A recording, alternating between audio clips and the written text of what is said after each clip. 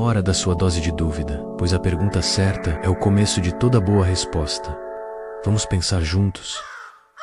Já sentiu um chamado, um sussurro insistente te convidando a escalar uma montanha íngreme, escarpada? Uma montanha onde cada passo exige coragem, onde o abismo da ignorância espreita a cada fenda. Nietzsche nos diria que essa é a busca pela verdade, uma jornada perigosa, sim, mas infinitamente mais recompensadora do que a segurança ilusória da planície. Sócrates, um nome que ecoa através dos séculos, foi essa figura incômoda, esse tara intelectual que ousou perturbar a ordem estabelecida com perguntas que ardiam como brasa. Ele não oferecia respostas fáceis, mas sim o desafio constante de examinar, de duvidar, de ir além das aparências. Em um mundo inundado de informações, onde as fake news se propagam como vírus e a polarização nos cega para a complexidade, a relevância do questionamento socrático se torna ainda mais urgente. Somos bombardeados por opiniões, doutrinas, certezas pré-fabricadas. Mas, será que estamos realmente pensando por nós mesmos, ou apenas repetindo o que nos dizem para acreditar? A complacência intelectual, a aceitação passiva do que nos é imposto,